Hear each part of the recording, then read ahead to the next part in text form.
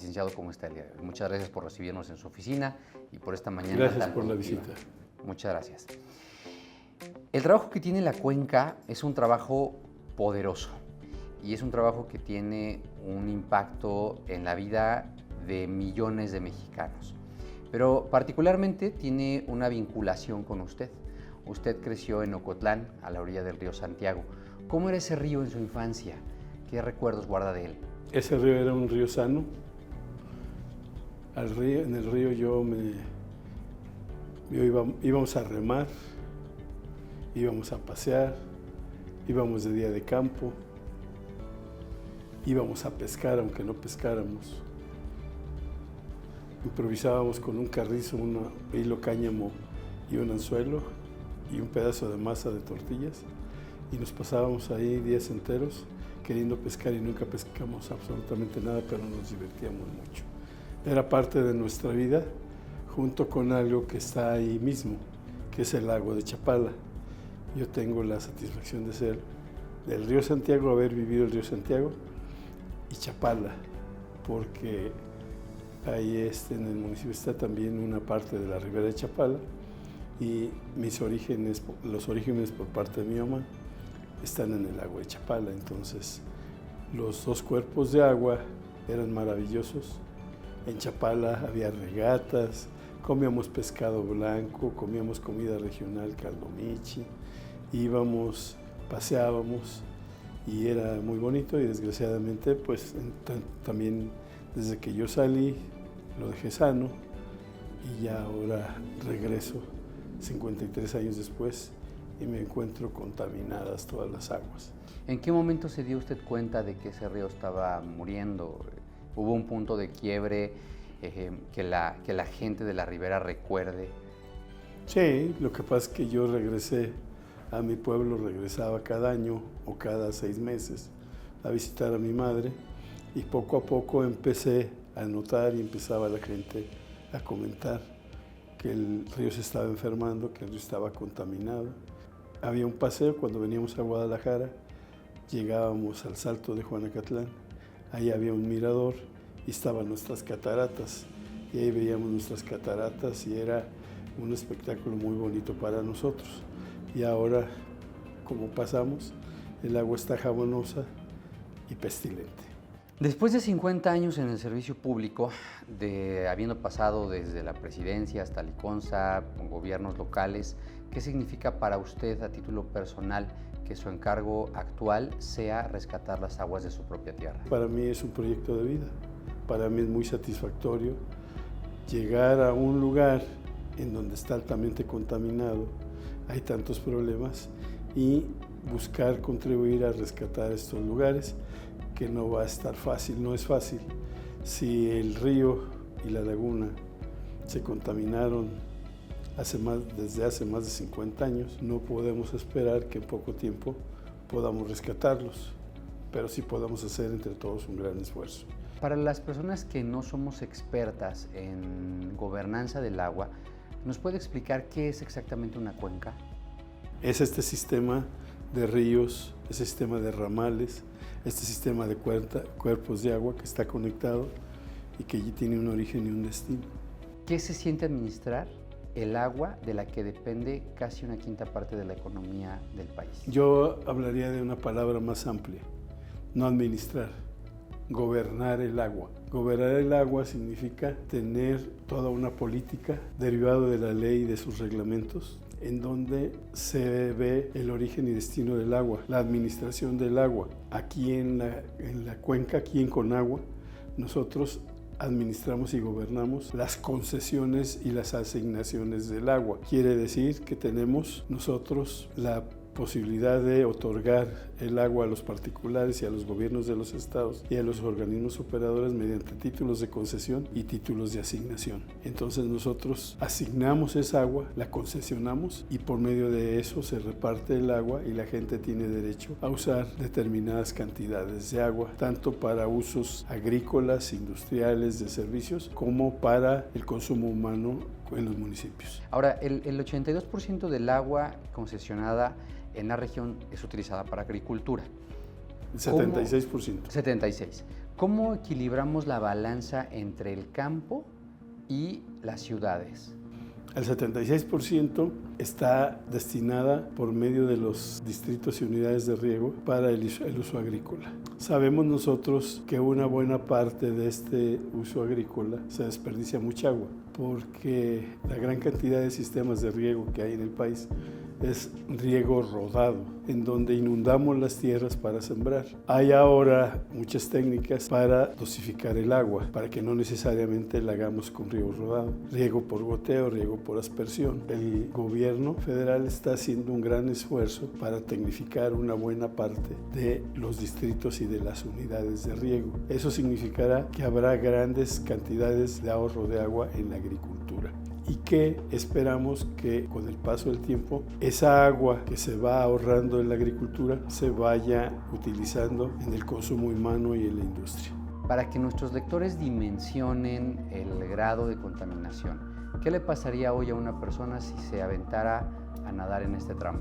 Depende del tramo en donde tú lo hagas. Hay tramos muy contaminados, no todo el río es tan crítico. Hay espacios en donde ya se ha ido limpiando, hay espacios que no están tan contaminados. Entonces, por eso hay que estar midiendo la contaminación.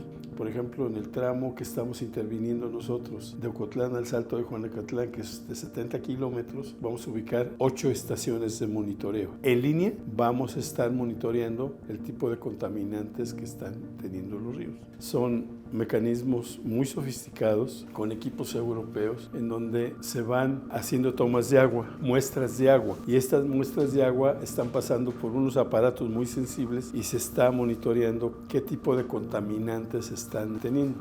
Si nosotros los estudiamos, vamos a ver que en algún momento dado se puedan disparar los coliformes fecales. Es lo que se produce porque las descargas domésticas no se procesan en plantas de tratamiento y se vuelven coliformes fecales que son muy dañinos a la salud. Entonces, en el tramo, si nosotros estamos monitoreando en línea que se están botando los coliformes fecales, estaremos viendo que alguna o algunas de las plantas de tratamiento que están en el área no están funcionando y tendremos que ir con el gobierno del estado, que es el responsable de las plantas de tratamiento, y con los gobiernos municipales para analizar y ver qué les está fallando. Incluso si hay en ese tramo metales pesados, otro tipo de contaminantes, entonces estaremos observando que en ese tramo puede haber industrias que tienen determinados contaminantes e iremos específicamente a revisarlas y hacer que cumplan la ley y que no contaminen.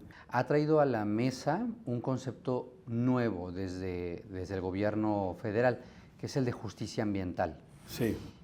¿Qué significa este concepto en la política pública? Bueno, la justicia ambiental es que, en primer lugar, tengamos una naturaleza sana, un río sano, y por otro lado, que esa naturaleza y que esa pueda ser el agua que por ahí corre, por el río, tenga las posibilidades y las condiciones para que la gente pueda tener derecho humano al agua, en todos sentidos. El derecho humano al agua en el consumo, en su consumo doméstico, el derecho humano al agua para disfrutar de los ríos como espacios públicos y espacios de recreación. Revertir 50 años de daño no se hace en un día, tienen un plan realista. En ese sentido, siendo realistas, ¿qué sí veríamos mejorar en esta administración y qué le tocará a las siguientes generaciones? Bueno, lo primero es ese reconocimiento, y lo primero que hay que hacer es reconocer, pero también tener una estrategia, y esta estrategia significa una estrategia en principio de infraestructura y de inversión. Si no reconocemos que tenemos que tener inversión en infraestructura, no vamos a poder limpiar el río si no invertimos en plantas de tratamiento, en colectores, en estas zonas de monitoreo, en estos espacios de monitoreo.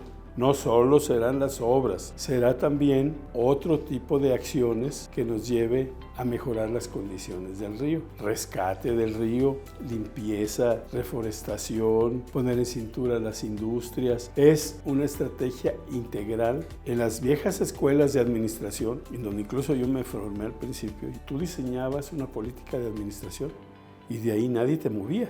El concepto ahora de la política pública quiere decir que tú adoptas medidas, haces un plan, lo vas evaluando y lo vas modificando, porque si no resulta infalible y entonces lo haces rígido. En esa política pública necesitamos y tenemos ya una estrategia definida que tiene que ver con la construcción de infraestructura, con las plantas de tratamiento, con los colectores, con evitar que las plantas de tratamiento sean abandonadas porque es muy oneroso su operación, con las estaciones de monitoreo, con toda una serie de medidas de saneamiento, de limpieza y algo muy importante, como involucrar a la población en la limpieza del río. Ustedes entregan una infraestructura, una obra llave en mano, y después, ¿en quién recae la responsabilidad? Sí, a ver, primero, aquí hemos hecho acciones compartidas, por ejemplo, Salto de Juanacatlán y Juanacatlán. Nosotros estamos ampliando las grandes plantas de estas ciudades en donde el río está tan contaminado. Nos hemos puesto de acuerdo con el gobierno del estado y el gobierno del estado se hará cargo de terminar estas obras invirtiéndole 100 millones de pesos. Y están ellos participando también con otras obras. Pero además, una vez que nosotros terminamos esta infraestructura, se le estamos entregando al gobierno del estado. El gobierno del estado en lo futuro la operará, la pondrá en marcha y ellos ya serán los responsables de limpiar el agua. Como es obligación, acordémonos, la obligación de la Conagua es entregar agua en bloque y la obligación de los gobiernos estatales, cuando les entregamos el agua, es recibir el agua, pagarla, pero además registrar sus descargas y tener plantas de tratamiento para regresar a la naturaleza el agua tratada sin contaminantes. ¿Qué papel entonces juega la población, las comunidades en el rescate de los cuerpos hídricos? Estamos teniendo jornadas de limpieza muy importantes. En Guanajuato se hicieron una gran recopilación de llantas que estaban tiradas a la orilla del río. Aquí en la zona metropolitana se han hecho labores de limpieza importantes en donde intervienen escuelas, colectivos, la sociedad. ¿Por qué es muy importante? Porque además de limpiar esos espacios, le estamos compartiendo a la población, le estamos diciendo, ayúdanos a que no se vuelva a ensuciar el río. Cuida tu río. Y si la gente le cuesta trabajo limpiar el río, entonces cuidará y pondrá mayor empeño en cuidar la naturaleza y hacer que la gente no tire basura, que no eche cascajo, que no se ensucie las partes colindantes a los ríos. Hablando ahora un poco más de la seguridad hídrica de Guadalajara. El lago de Chapala cerró el temporal pasado en tal vez uno de sus mejores niveles desde 2018. ¿Esto cree usted que es un tema de buena suerte meteorológica o también es un tema de buena gestión? ¿Y cómo se distingue lo uno del otro? No, bueno, lo que sucede es que las lluvias nos han traído eso. Ha subido la capacidad de las presas y del lago de Chapala. El lago de Chapala en algunos momentos ha sufrido de sequías, de años de mucha sequía, y ha bajado los niveles escandalosamente. Ahora, afortunadamente, ha habido buenas temporadas de lluvia y se ha podido recuperar parte del lago. Lo importante es que recuperemos parte del lago, que no le saquemos más agua para Guadalajara y que lo conservemos. Necesitamos también hacer una estrategia ahí para conservar el lago. Entonces ahora, en ese mismo sentido, ¿qué tan sano es que una metrópoli del tamaño de Guadalajara dependa tanto de una sola fuente? Miren, lo que sucede es que no es una sola fuente. La distribución del agua, la cantidad de agua que llega a la zona metropolitana de Guadalajara es agua que viene desde Guanajuato, de la presa Solís. Hay un decreto de 2014 en donde, de acuerdo con los escurrimientos, de acuerdo con los datos del agua, se distribuye por usuarios. En este espacio, desde Guanajuato o desde estos estados, se va distribuyendo el agua y se le da, según el cálculo, según el agua disponible y el cálculo producto del decreto presidencial de 2014, se le va otorgando determinada cantidad de agua. Por ejemplo, el distrito que está ahí en Guanajuato puede estar entre 900 y 400 millones de metros cúbicos. y de acuerdo con el escurrimiento. Y así se hace la distribución. Están como participando en esta distribución todos los estados y todos los que donde tiene con esto consecuencias. Y el único usuario que tiene el agua fija es Guadalajara. Entonces Guadalajara depende del lago de Chapala y siempre ha dependido del lago de Chapala. Y esa es una realidad de las ciudades. ¿De dónde depende la gran cantidad de agua de la Ciudad de México o un porcentaje de la cantidad?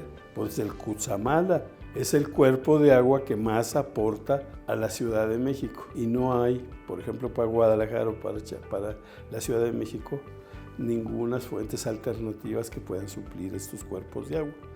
Lo importante es mantener y cuidar los recursos hídricos de manera importante.